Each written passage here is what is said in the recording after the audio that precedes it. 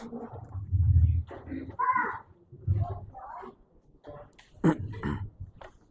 magandang araw po ng Panginoon sa ating lahat. Nawa ay kagaya ng panalangin ng ating pastor, pagpalain ng Diyos ang pangangaral ng kanyang salita.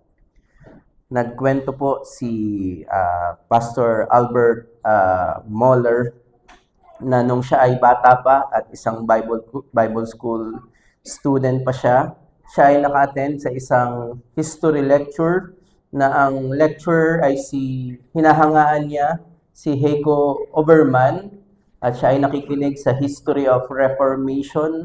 Pero doon daw po sa halfway ng lecture ni Oberman, biglang parang na-prostrate si Professor Oberman sa klase. Hindi dahil sa misbehavior ng klase, kundi sabi ni Albert Mohler, kaya na-prostrate yung kanilang professor is because they were young. Dahil sila ay mga bata habang kinikwento yung history ni Luther. Ang sabi ni Oberman, young men will never understand Luther. Because you go to bed every night confident you will wake up healthy in the morning. In Luther's day, people thought that every day could be their last. They had no antibiotics. They hadn't have modern medicine. Sickness and death came swiftly. So, ang sinasabi ni Oberman, yung fear ni Luther sa Panginoon ay talagang nakikita yon sa buhay ni Luther dahil nga wala silang gamot, wala silang antibiotics, pwede na silang mamatay. At kaya totoo yung nararamdaman ni Luther na judgment ng Panginoon sa kanya dahil alam ni Martin Luther na siya ay nagkukomit ng iba't ibang mga uri ng kasalanan. Subalit alam po natin ang nangyari, naintindihan ni Martin Luther na ang pwede lamang sumagot sa puot ng Diyos on His behalf ay ang katuwiran, ang persona ng Panginoong Hesukristo. Truly po, ang Ebanghelyo po ang nag-deliver us from the penalty of sin. Pero hindi lang po yun yung ginawa ng Ebanghelyo. Hindi lang po nito tinanggal yung takot na tayo ay paparusahan ng Diyos dahil sa ating mga kasalanan. Hindi lang po tayo pinawalang sala sa harapan ng hukuman ng Diyos. Pero ito rin po ang Ebanghelyo, ang Panginoong Hesukristo, ang nag-alis sa atin sa kapangyarihan ng kasalanan. At ito po yung mensahe ng Hebreyo, na yung Ebanghelyo na nag-sanctify ay ang Ebanghelyo na nag-justify ay ito rin ang Ebanghelyo na nagsasanctify at magdadala sa atin hanggang sa muling pagbalik ng Panginoong Hesukristo. Tayo po ay magpapatuloy sa ating ginagawang series sa sulat sa mga taga-Hebreyo.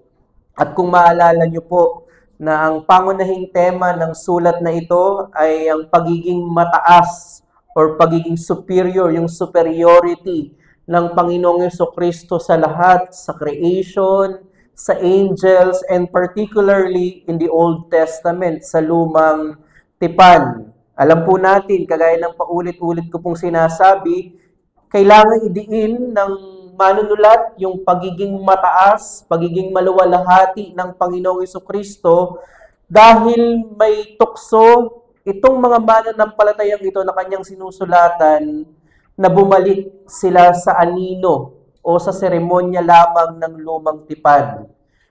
Pero ito po ay expression lamang ng mas malalim na kasalanan. Parang orthodoxy and theological yung problem, pero ang mas malalim na kasalanan ay naghahanap po sila ng pamalit kay Kristo o ang pagtalikod na mayroong pleasure ng higit sa Panginoong Hesukristo. At natapos po tayo sa ating pong last preaching sa Hebrews sa chapter 3, 1-6, kung saan nakita natin idiniin po ng author na bagamat great and holy, dakila yung ministeryo ni Moses sa lumang tipan as mediator ng Old Covenant, nakita natin ay superior, mas mataas si Kristo kaysa kay Moses. Kung si Moses ay mere servant ng bahay, ipinakita ng author na si Christ ay anak ng may-ari ng bahay. At hindi lang yon, siya rin ang nagtayo at nagmamay-ari rin ng bahay. At sa katotohanan po ito, kumuha yung author ng mga ilang mga aplikasyon.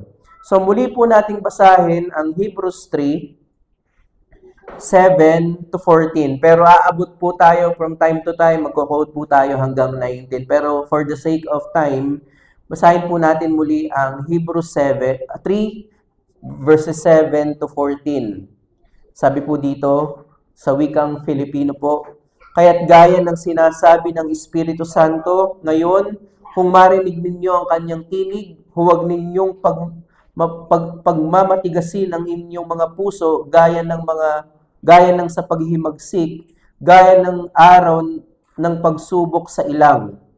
Na doon ay sinubok ako ng inyong mga ninuno, bagaman nakita nila ang aking mga gawa sa loob ng 40 taon. Kaya't nagalit ako sa lahing ito at aking sinabi, sila'y laging naliligaw sa kanilang puso at hindi nila nalaman ang aking mga daan. Gaya ng sa aking galit ay aking isinumpa, hindi sila papasok sa aking kapahingahan. Mga kapatid, mag-ingat kayo na walang sino man sa inyo ang may pusong masama at walang pananampalataya na naglalayo sa buhay na Diyos. Ngunit magpayuhan kayo sa isa't isa araw-araw habang ito ay tinatawag na ngayon upang walang sino man sa inyo ang pagmatigasin ng pagiging madaya ng kasalanan. Sapagkat tayo'y magiging kabahagi ni Kristo kung ating hinahawakang matatag ang pasimula ng ating pagtitiwala hanggang sa katapusan. In the light of the truth that the ministry of Christ is far more superior and glorious than the Old Testament or than Moses, ang sinabi ng author, therefore, in the light that Christ is more glorious, ano ngayon yung gagawin nila? Ano ngayon yung gagawin natin? Makikita po natin dito na bagamat mayroong exhortation for obedience, responsibility in our perseverance, tingnan natin po yan yung mas maraming pansin na gagawin natin. Pero ang ginawa ng author, dapat daw po ang ating obedience and all kinds of spiritual discipline are always founded and motivated by the glorious person of Jesus Christ. Bago sabihin ng author yung responsibilidad natin na iwasan natin ang pagtalikod, ang unbelief, ipinakita ng author muna yung glory ng Panginoong Hesukristo. Dahil tandaan po natin, ang tao kahit hindi mananampalataya ay pwede pong maging masunurin dahil ito na ang kanyang kinalakihan, na ipamulat sa kanya ng mga certain beliefs. Wala pong problema doon. Pero ang mga tao na binigyan lamang ng bagong puso upang makita ang kagandahan ng Panginoong Hesukristo, ang mga totoong magpapatuloy at susunod ng may kagalakan upang malabanan ang kasalanan at lahat ng uri ng pagtalikod. Kaya kung may kinakausap ako dito na wala ka pa kay Kristo, pero bahagi ka ng Kristiyanong pamilya, familiar ka sa mga Christian discipline na huwag mo itong gagawin, familiar ka sa theology ng Christianity, especially ang gospel, pwedeng sumunod ka sa iniuutos ng mga magulang mo dahil ito na yung kinaginasnan mo, ito na yung nakikita mo sa pamilya mo at maganda yon dahil yun yung model ng mga Christian parents, pero wag sanang matapos na mere na pag-abide lamang ng walang pagtugon, personal na pagtugon sa Ebanghelyo. Lumapit ka sa Panginoong Hesukristo kung pamilyar ka na sa Ebanghelyo. Sa ngayon, yan ay isang pribilehiyo na naririnig mo sa iyong tahanan ng Ebanghelyo, manampalataya ka sa ginawa ng Panginoong Hesukristo. At pagkatapos sabihin po ng author yung superiority ng Panginoong Hesukristo, ibinigay ng author, ano dapat ang gagawin natin? Ano dapat ang aplikasyon sa katotohanang superior, mas mataas ang Panginoong Hesukristo? Sabi po sa verse 7, gaya ng sinabi ng Espiritu. Madami po yung mga verses na yan, pero ito po yung gusto kong munang bigyan ng pansin natin sa unang point natin. Sabi po doon, gaya ng sinabi ng Espiritu. Pinapakita po dito ng author na yung pong quotation dyan ay galing sa Psalm 95 na ang sinasabi ng author na yung Psalm 95 ay hindi primarily salita ni David. Ang sinasabi po dyan ng author, kinote niya, ito ay mismo ay salita ng Diyos. Ang gustong gawin po dito ng author ay ipakita niya yung daladalang otoridad ng mga salitang ito. Na ito ay hindi basta salita lamang ni David, kundi daladala nito yung otoridad ng Diyos. At paulit-ulit na sinabi dyan yung kahalagahan ng pahayag ng salita ng Diyos. Doon pa lang sa verse 7, nandun na yung dalawa agad na principle. Sabi doon, gaya ng sinasabi ng Espiritu Santo, and then kinote niya yung Psalm 95, kung marinig ninyo ang kanyang tinig. So nakita niyo yun? Anong aplikasyon? Kung marinig niyo ang kanyang tinig o ang kanyang salita, ang aplikasyon, even nung Psalm 95 na kinote dito, huwag ninyong pagmatigasin ang inyong mga puso gaya ng sa paghihimagsik. Ang binabanggit dito ay yung Israel sa wilderness. Ito ay babala. Ang context po nito, hindi po natin masyadong i-discuss yung patungkol sa kapahingahan. Sa next installment po natin yung pag-uusapan.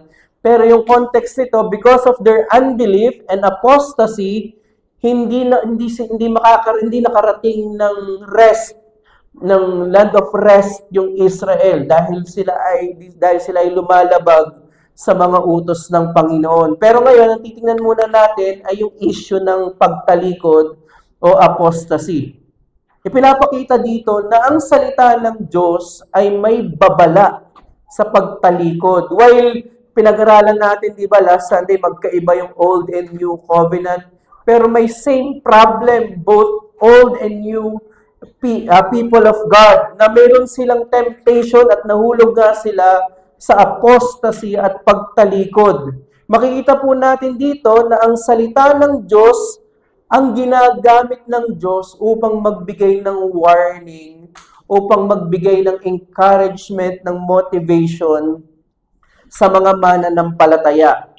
At ang gusto ko pong pansinin dito, yung dalawang ginagamit ng Panginoon upang tayo ay maingatan at makarating sa araw ng kaluwalhatian. Yung pong mahaba po yung Psalm 95, pero yung verse 7, idinidiin doon na ang salita ng Diyos ang ginagamit ng Diyos upang mag-warning.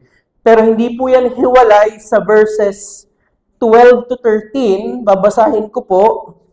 Again, nandun yung warning ng pagtalikod and unbelief.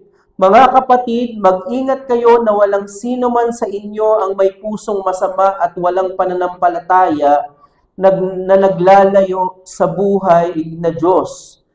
Pero ang sabi, ngunit magpayuhan kayo sa isa't isa araw-araw. Habang ito ay tinatawag na ngayon. Yung ibig sabihin po na ngayon is yung urgency na kailangan gawin ito. Pero ang gusto kong bigyan nyo ng pansin, yung pagiging plural. Ngunit magpayuhan kayo sa isa't isa araw-araw. So ang gusto ko pong i-draw na simpleng principle lamang dito sa mga text na ito, ay ito po ang mensahe natin. Ang hindi nagkakamaling salita ng Diyos kasama ang komunidad ng mga mananampalataya ang ginagamit ng Diyos upang tayo ay ingatan at hindi tumalikod. Ang hindi nagkakamaling salita ng Diyos kasama ang komunidad ng mga mananampalataya ang ginagamit ng Diyos upang tayo ay ingatan at hindi tumalikod. The infallible Word of God, together with the community of believers, is a means God uses to preserve us and prevent us from falling into apostasy. So, ang ginagamit ng Diyos upang tayo ay hindi tumalikod, malabanan natin yung lahat ng uri ng mga unbelief and apostasy, simple lamang po ang ministeryo ng salita ng Diyos at sa konteksto ng lokal na iglesia. Ito po yung nag-guard sa mga mananampalataya upang sila ay huwag tumalikod. At dalawang bagay po ang pwede nating tingnan sa mga text na ito. Una po, the ongoing ministry of the Holy Spirit in the Word, or ang nagpapatuloy na ministeryo ng banal na Espiritu sa salita ng Diyos. And then secondly, the exhortation of the church through the Word. Di ko po makuha yung tamang Tagalog. So, ang pagpapaalahanan ng iglesia sa pamamagitan ng salita ng Diyos. So, una pong pwede nating makita ang nagpapatuloy na ministeryo ng banal na Espiritu sa salita ng Diyos. Gaya po ng aking nabanggit, pinapakita po ng manunulat dito yung otoridad ng mga salita na kanyang daladala. Ang mga salitang ito, ang sabi ng author, pakinggan nyo ang salita gaya ng sinabi ng banal na Espiritu. Pinapakita dito na yung salita na ine-exhort niya sa mga believer na ito ay galing mismo sa Diyos at hindi galing lamang kay David. Yan po yung sinasabi na ng Biblia. 2 Peter 1:21, for no prophecy was ever produced by the will of man, but men spoke from God as they were carried along by the Holy Spirit. While ginamit ng Diyos ang mga tao, pero they were carried along by the Holy Spirit. So, yung pagsusulat po ng mga apostles, ng mga prophets, at ibang mga authors, yan po ay sa pamamagitan ng banal na Espiritu. Pero it is fitting po sa context na ito na ini-attribute ng manunulat yung salita mula sa Lumang Tipan or sa Psalm 95 na ito ay salita ng banal na Espiritu. It is fitting. Why? I believe na hindi po ito aksidente or general lang, kundi I believe ang pinapakita dito ng author ay yung pagiging spiritual ng bagong tipan sa pamamagitan ng banal na Espiritu.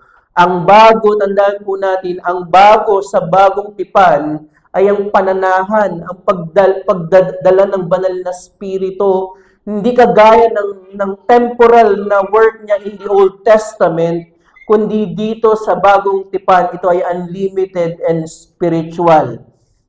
Ibig sabihin, ang ginamit ng manunulat na salita ay galing po sa Psalm 95 when God spoke to Israel in the desert, in the wilderness. At nagbigay po siya ng actual case, hindi theoretical about apostasy. Nagbigay siya ng actual case in their history about apostasy. At ito po yung testing ng Israel sa wilderness. Alam po natin ang context, binanggit naman po ng author na while ang Diyos ay pinagpabala sila ng 40 taon, ay naroon pa rin ang kanilang pagtalikod. Diba? Pagkatapos ipakita ng Diyos ang kanyang pagliligtas mula sa mga kamay ng mga Ehipsyo, ng Egyptians. Pinakita niya doon yung 10 plagues. Medyo na re-remind po ako ng mga story na ito. At paghati ng dagat, di ba, inatis through Moses, at iba't ibang mga pagpapala ng Diyos sa bayan ng Israel Pero sa kabila ng mga pagpapalang ito na kanilang naranasan, ang sabi ng text natin, ang bayan ng Israel ay patuloy na nagrebelde at nagrireklamo sa Diyos. Exodus 16, 2-3. Ito po yung pinag-uusapan namin ngayon sa Numbers. Katatapos lang po namin last Tuesday sa Numbers po. Pero ito po yung history nito. Exodus 16, verses 2-3. Nagreklamo ang buong kapulungan ng bayan ng Israel laban kina Moises at Aaron sa ilang. Sinabi ng mga anak ni Israel sa kanila, namatay na sana kami sa pamamagitan ng kamay ng Panginoon sa lupain ng Ehipto. Nang kami ay maupo sa tabi ng mga palayok ng karne at kumain ng tinapay hanggang sa mabusog. Sapagkat kami ay inyong dinala sa ilang na ito upang patayin sa gutom ang buong kapulungang ito. So, itong mga Israelita na ito, nakalimutan na agad nila yung mga pagpapala ng Diyos sa kanila. Dahil nakakaranas lang sila ng suffering, nakalimutan na nila. Kaya anong sabi ng Diyos sa kanila? Verse 10. Balik po tayo sa Hebrews 3, verse 10. Kaya't nagalit ako sa lahing ito at aking sinabi, sila'y laging naliligaw sa kanilang puso at hindi nalaman ng aking mga daan. Pansinin nyo, laging magkadikit yung naliligaw, unbelief, hindi kontento na puso. Anong sabi po doon? Hindi nalaman ng aking mga daan. Ibig sabihin, yung salita pa rin ng Diyos. So, laging magkasama yung unbelief at yung hindi paniniwala sa salita ng Diyos. Ang mapapansin po natin dito ay mayroon pong uniformity o pagkakapare-pareho ang nangyari sa Israel sa wilderness at si Adan sa Garden of Eden. May pagkakapareho. Both Israel and Adam experienced the blessings of God. In fact, sa case ni Adam, ang naranasan niya ay perfection. Mga napakaganda yung Garden of Eden, special place where God is glorified sa place na yon. Nandoon yung kaluwalhatian ng Panginoon, walang kasalanan. And Israel, alam po natin, yung ginamit na case ng author, naranasan nila yung iba't ibang mga pagpapala ng Diyos sa kanila. Pero sa kabila ng mga pagpapalang ito, both Israel and Adam, pareha silang nag-alinlangan at nagkaroon ng pagdududa sa salita ng Diyos. Yun yung pagkakapareho. May blessings, pero meron silang pagdududa, may doubt sa salita ng Diyos, at hinayaan ni Adan na itwist nung ahas yung salita ng Diyos na marinig ni Eva. Pinag-aralan po natin ito. Ang totoong may kasalanan doon ay si Adan dahil pag binasa niyo po yun, nandoon po, magkatabi po sila. Hinayaan ni Adan, hindi niya ginawa yung kanyang pagiging prophet, priest, and king sa Garden of Eden at hinayaan niya na ang ahas ang maghahari upang mag-interpret, magturo ng salita ng Diyos. At ito rin po ang kasalanan ng Israel. Ang sabi doon, hindi nila nalaman ang aking mga daan.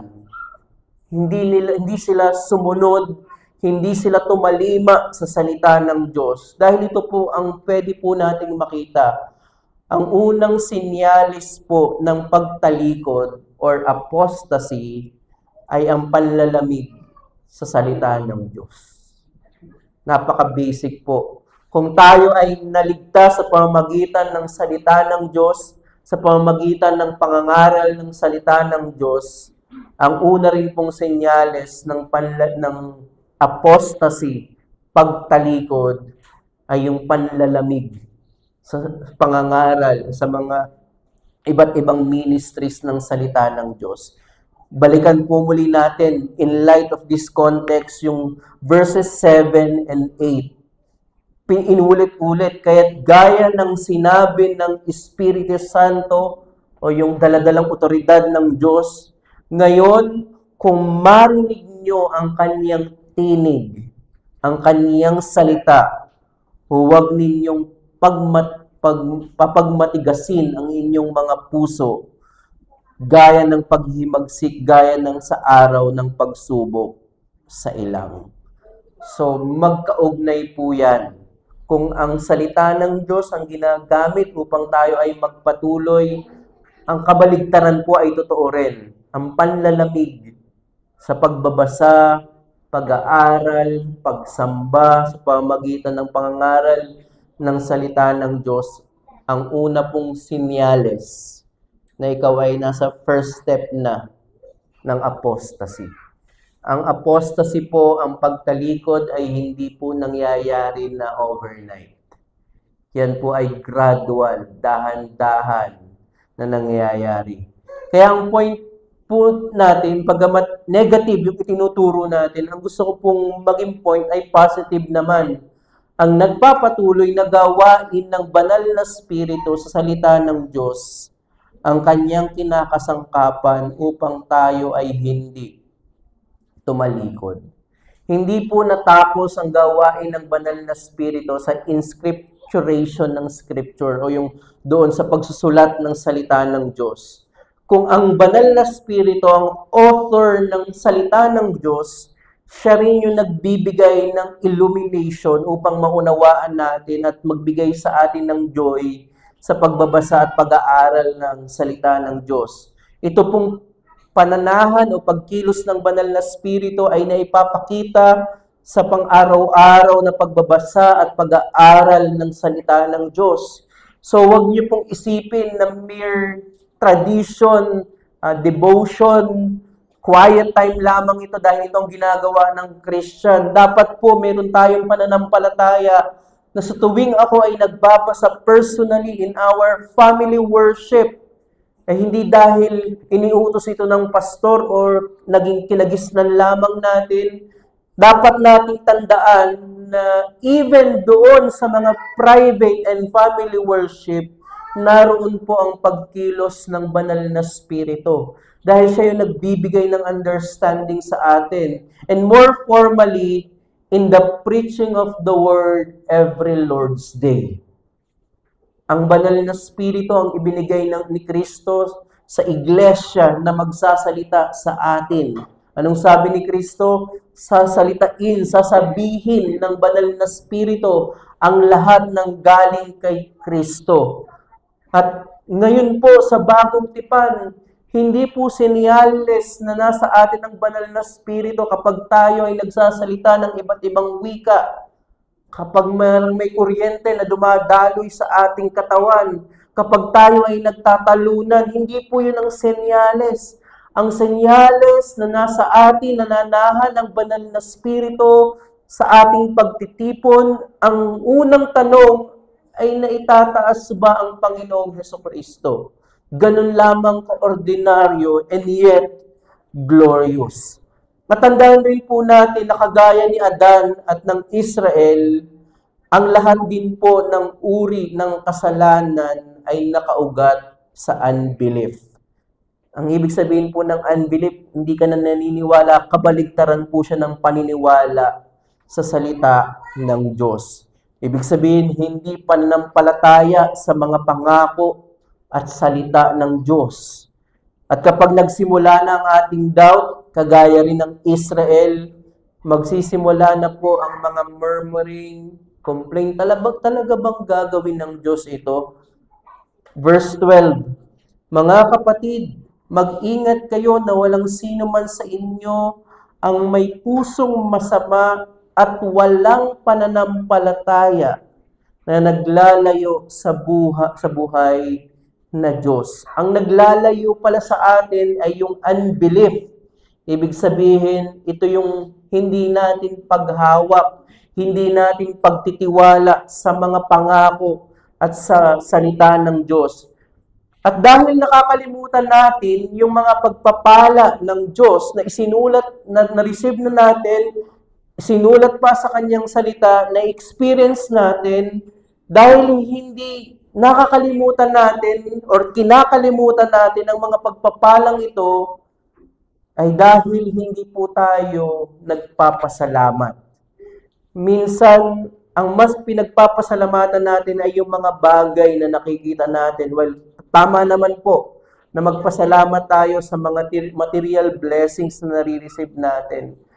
Pero hindi dapat po yun yung pangunahin. Ang Ibanghelyo, tinanggap mo ang Ibanghelyo. At ito dapat ang magmo-motivate sa iyo sa lahat ng pasasalamat na kapag may na-receive ka na mga blessings. Sabi po ni Douglas Wilson, a complaining spirit is always an indicator of unbelief. If we grumble about God's handling of our affairs, it must surely be because we doubt His wisdom or His goodness, or even His power to lead and protect us. In short, His worthiness to be trusted as our God. So yung daw po palang complaining ay dahil mas nakasentro tayo sa mga blessings. Dahil hindi ibinigay ng Panginoon itong prayer na ito, may doubt, may reklamo, may complaining, dahil mas ini-enjoy natin yung mga gifts rather than the giver of these gifts. Salvation po is not knowing the blessings of God. Anong sabi ng John 17:3 or ng John 17? Salvation is to know this one true God. So, ang kaligtasan ay pagkakilala sa Trinidad na Diyos. Kaya nga, di ba, si Apostle Paul, itinuring niya na lahat na rubbish. At yun po sa Griegong salita ay dung, dumi ng tao. Itinuring niya na dumi ng tao ang lahat ng prestige ng mundo, ang lahat ng kasikatan ng mundo, ang lahat ng kayamanan. Pinagpalit ni Apostle Paul sa kabila ng mataas niyang katatayuan sa society. Ang sabi ni Apostle Paul, I count them all as rubbish or lost because of the surpassing worth of knowing Christ. So maganda ma-check natin ito. Kaya may complain, may reklamo dahil mas iniibig natin ang mga blessings. Kagaya ng nangyari sa Israel. May pagpapala naman, napakabuti ng Panginoon, pero dahil nasa blessing yung kanilang contentment at hindi mismo kay Yahweh, naroon ang pagrereklamo. Kaya ito pong mga kadakilaan ng Diyos ay ipinapaalala niya sa kanyang salita. Kaya ito po ang dahilan ng panlalamig sa ministeryo ng kanyang salita. Isa ay ang unbelief at pagrereklamo. Kaya bilang positive po na challenge, patuloy mong punuin ang iyong isip at puso ng mga pangako ng Diyos sa kanyang salita.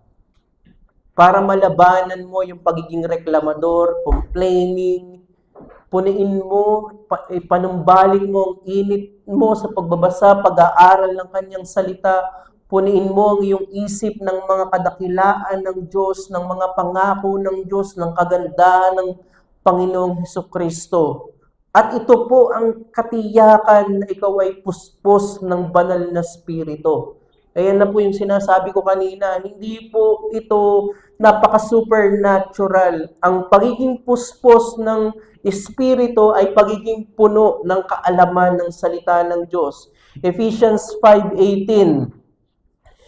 And do not get drunk with wine, for that is debauchery, but be filled with the Spirit. At yung filled po noon, ang parallel po niya ay sa Colossians 1 verse 9. And so from the day we heard, we have not ceased to pray for you, asking that you may be filled with the knowledge of His will in all spiritual wisdom and understanding. So ito po yung pagiging puspos, isa po sa expression ng pagiging filled of the Holy Spirit ay yung tayo ay punong-puno ng mga katotohanan ng salita ng Diyos. At hindi lamang po ang banal na spirito ang author ng salita ng Diyos, siya rin ang nagpapatuloy na nagbibigay sa atin ng kakayanan upang maunawaan natin ang salita ng Diyos. At anong sinabi rin ni Pablo, ang banal na Espiritu rin ang nagte-testify sa atin na tayo ay mga anak ng Diyos. So, hindi lang siya nagbibigay ng knowledge, nagbibigay rin siya sa atin ng assurance na tayo ay mga anak ng Diyos. Kaya, punuin po natin ang ating mga isip ng kanyang salita dahil ito po ang pangunahing ibig sabihin ng puspos ng banal na Espiritu. So, ang unang ginagamit ng Diyos upang tayo ay may iwas sa kasalanan ng pagtalikod ay ang kapangyarihan ng Espiritu sa salita ng Diyos. Ikalawang bagay, ang pagpapaalahanan ng iglesia sa pamamagitan ng salita ng Diyos. Pagkatapos pong magbigay ng author ng actual case, yung Israel in the wilderness, at pinapakita niya dito kung ano yung nangyari sa Israel, ay totoo rin yung warning in the New Covenant. So, parehas na may warning. Kung gaano katotoo yung warning sa Old Testament, ay gano'n rin po katotoo yung warning sa New Testament. At nagbigay po ng hamon ang manunulat. Pagkatapos niyang ikwento yung nangyari, yung by citing yung Psalm 95, sa verse 12, nabasa natin, mga kapatid, mag-ingat kayo na walang sino man sa inyo ang may pusong masama at walang pananampalataya na naglalayo sa buhay na Diyos. Ipinapakita nito na huwag dapat nilang gayahin ang Israel sa kanilang pagre-rebelde. Ito na yung actual case na ito yung nangyari sa kanila dahil sa kanilang pagre-rebelde ay hindi nila naabot yung promised land or yung rest. At nagpakita pa ang author ng isang kaparaanan upang huwag tayong lumayo sa pananampalataya or huwag tayong mahulog sa apostasy.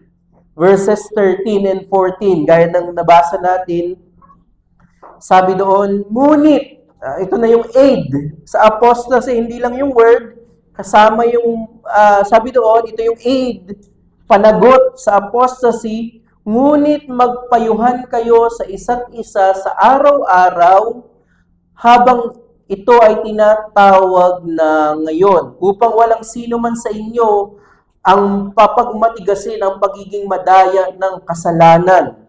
Sapagkat tayo nagiging kabahagi ni Kristo kung ating hinahawakang matatag ang pasimula ng ating pagtitiwala hanggang sa katapusan. Ang ganda po nito.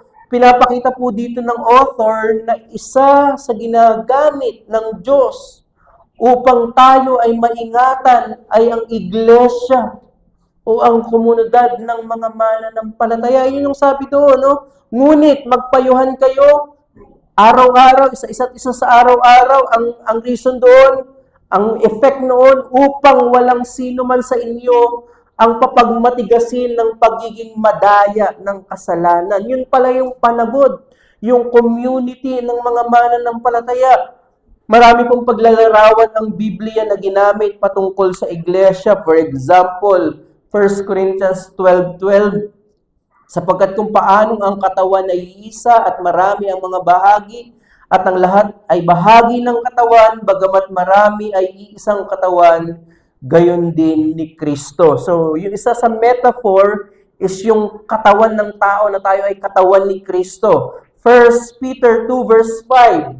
Ito rin po yung iglesia, tulad ng mga batong buhay, hayaan ninyong kayo ay maitayo bilang espiritual na bahay tungo sa banal na pagkapari upang mag-alay ng mga espiritual na handog na kasiyasiya sa Diyos sa pamamagitan ni Hesukristo. So inilarawan din na tayo daw ay isang bahay, isang spiritual na bahay. So yun yung mga metaphor, katawan, bahay, ipinapakita po ng mga paglalarawan nito at ng mga katotohanan na ito na lahat dapat ng bahagi ng katawan o lahat ng bahagi ng bahay. Nakakita na ba kayo ng bahay na yung pader ay nandoon sa hindi magkadikit, nakahiwalay, nandoon yung pader sa kabila? Wala namang ganun. Nakakita na ba kayo ng tao na buhay, na putol yung kanyang ulo? Wala namang ganun. So, yung dalawang metaphors na ito, napakasimple na bawat bahagi ng bahay at katawan ng tao ay magkakaugnay. Sa mga paglalarawan na ito, makikita natin ang bigat ng sinabi ng author ng Hebrews. Para daw maiwasan ang apostasy, ito ay responsibilidad ng buong iglesia. Sabi doon, ngunit magpayuhan kayo sa isa't isa araw-araw. Isipin nyo na lamang po kung ang bawat miyembro ng Reformed Baptist Church of Malabon ay nagiging matapat kay Kristo individually and corporately, ang panganib ng pagtalikod ay maiiwasan at maaagapan. At tandaan po natin, syempre, na exhortation na ginagawa ng buong iglesia sa isa't isa ay galing sa salita ng Diyos. Hindi po, while may kasama na itong experience, ito ay rooted pa rin sa salita ng Panginoon. Again, Hebrews 3 verse 15.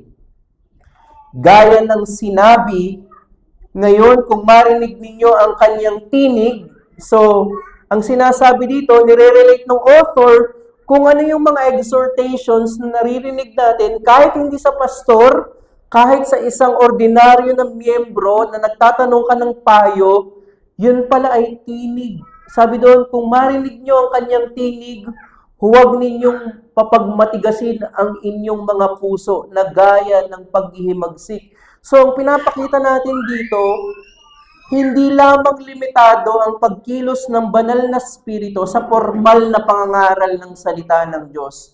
Even yung mga simpleng exhortation natin, pagbibigay ng payo, pag-i-encourage or rebuke, ito ay tinig ng Diyos. Ito yung ginagamit ng Diyos upang tayo ay hindi tumalikod. At isa po yan sa gamit ng salita ng Diyos.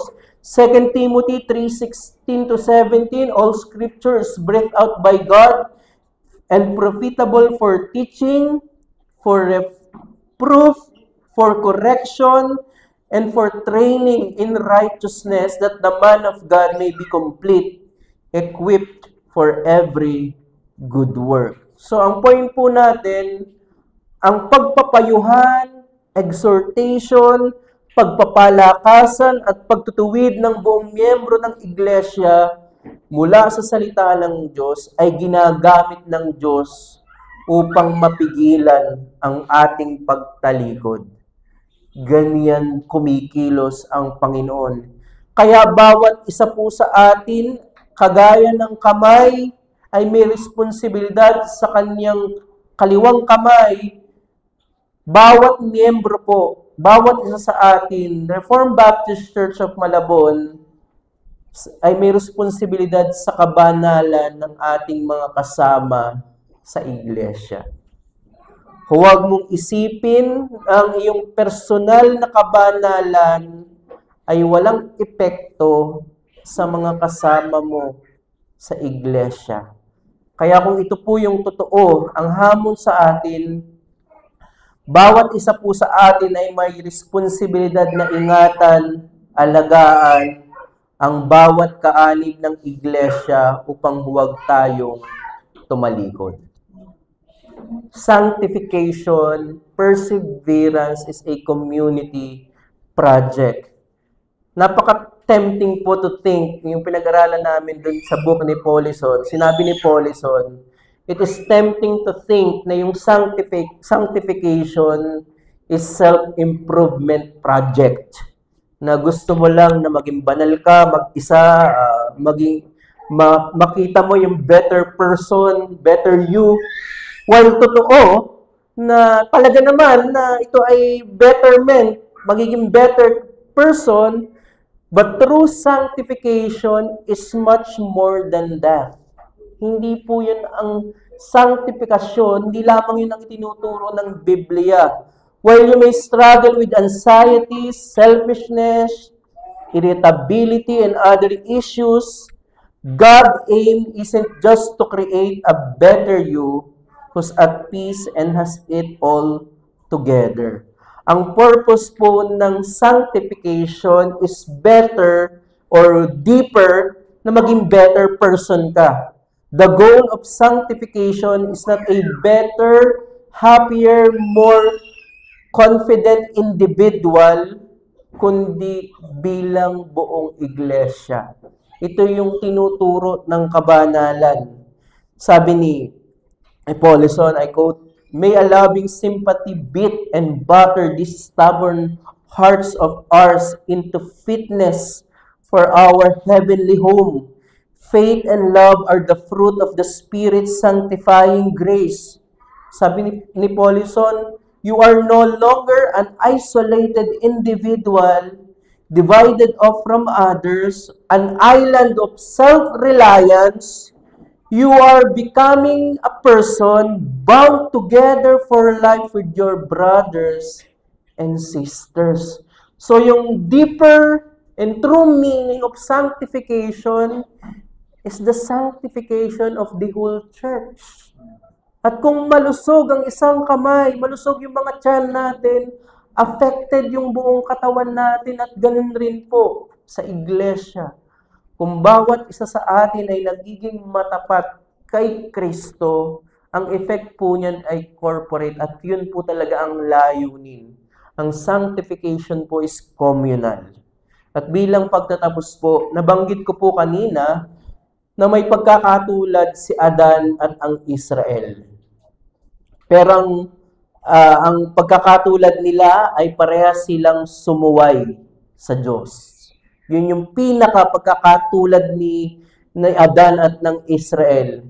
Subalit meron din silang kasama na in some sense, kapareho din nila ang Panginoong Hesukristo, kagaya ni Adan at ng Israel ay sinubok rin.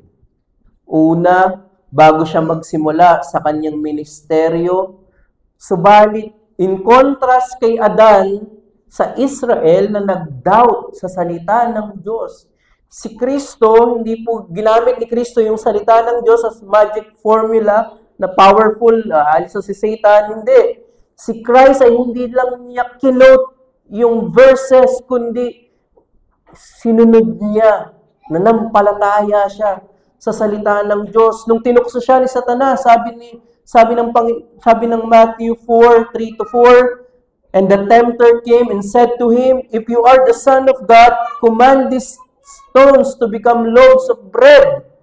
Napakakama po sa atin na ito yung kadalasang tinetem sa atin ng kaaway, yung mga pang-araw-araw nating mga pangangailangan.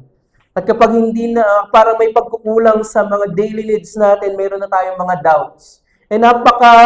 Napaka-fitting po nung temptation na ito. Doon tayo madalas nahuhulog kapag nagdadoubt na tayo na wala na yata akong bigas bukas. Pero nung sabi ng Panginoong Hesukristo, but He answered, "It is written."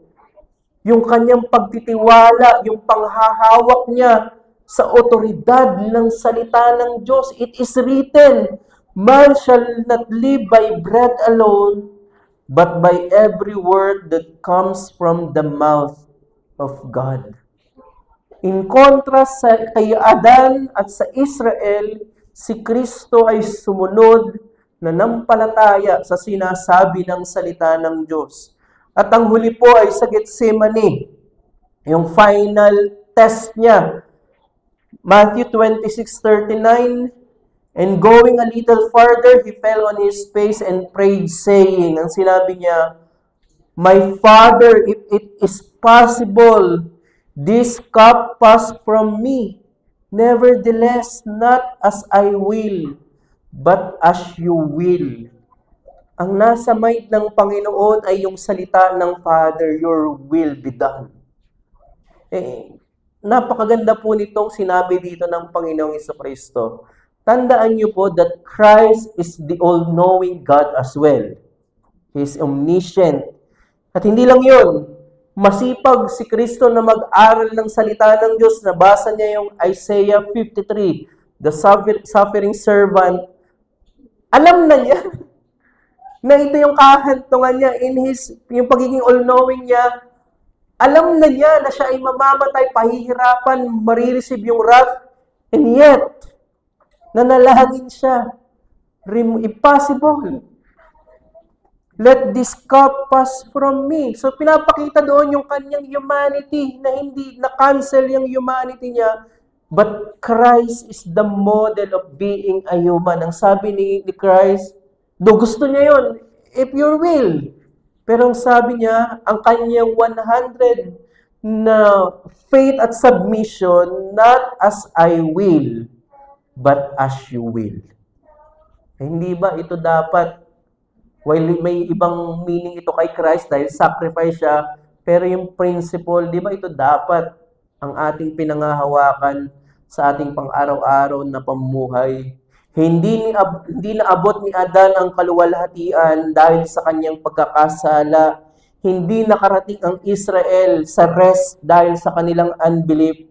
Bagamat totoo, yan yung mahabang pag-uusap natin na may responsibilidad tayo na magpakabanal bilang katunayan ng ating pananampalataya. Subalit hindi kagaya ni Adan at ng Israel, tayo po ay tiyak na makakapasok sa eternal rest dahil si Kristo na ang nakapasok sa rest na ito.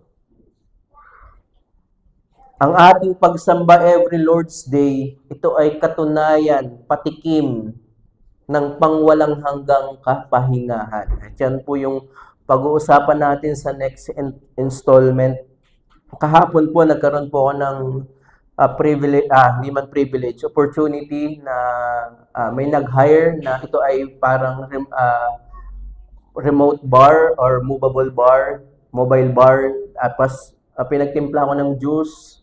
Pero yung gusto kong gamitin yon, first time kong makapasok doon sa Okada, napakaganda pala. Tapos yung wedding worth, I believe, mga 7 to 10 million, ganun. Christian wedding naman siya. Ganun yung price, ganun ka prestigious. Pero may sense of privilege sa ba? Na-witness ko din to kahit pa paano. Kahit di naman ako guest.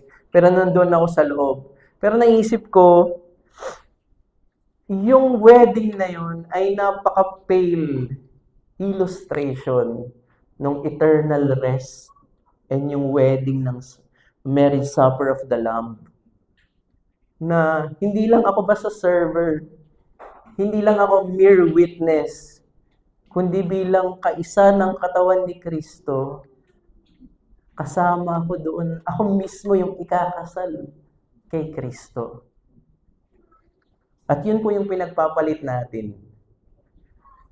Gusto nating maging servant ng kasalanan instead na hanapin natin, antayin natin yung mga pangako ng Panginoon. Kung ganon kadakila na yung wedding na yun, hindi yun maikukumpara sa ingranding, pinaling kasalan ng Panginoong Hesukristo at ng Iglesia. At bakit ipagpapalit mo ito sa ibang mga bagay? Sa mga mas mabababang mga bagay, kasalanan, career, at iba't ibang mga desires. Nawa ito po ay magkaroon ng pang-iglesyang kabanalan na bawat isa sa atin ay maging matapat pero hindi po self-improvement. Nananalangin tayo na one day makakasama ko ang bawat miyembro ng Reformed Baptist Church of Malabon na ikakasal sa Panginoong Hesukristo. At ito po ang i-anticipate natin. Habang tayo po ay nagpapatuloy, nag-struggle, nagpe-persevere, may victories din, may victories. Ito po yung ina-anticipate natin, ang engranding kasalan ng Panginoong Hesukristo at tayo bilang kanyang katawan. Tayo po'y manalangin. Aming Panginoon, maraming salamat po sa reminder, sa warning ng pagtalikod, at ang pangunahin po nito ay yung pagdadoubt sa inyo pong salita, unbelief. Pinapanalangin po namin na patuloy ang banal mong spirito ang kumilos sa bawat isa sa amin, at hindi lamang po ito maging self-improvement, kundi maging corporate po ang aming kabanalan dahil ito po ang panalangin ng Panginoong Hesukristo. Sanctify them in your truth. Your word is truth. At pinanalangin din ng Panginoong Hesukristo na lahat ng ibinigay kay Kristo ay makakasama ni Kristo kung nasaan man siya. At ito po ang aming motivation, ito po yung aming aim, at bigyan nyo rin po kami ng grace of perseverance na magpatuloy at labanan po namin ang lahat ng uri ng pagtalikod. Salamat po, Panginoon. Kayo lamang po ang mag-glorify sa simpleng pangangaral na ito ng salita. Ito po ang aming panalangin sa pangalan ni Jesus. Amen.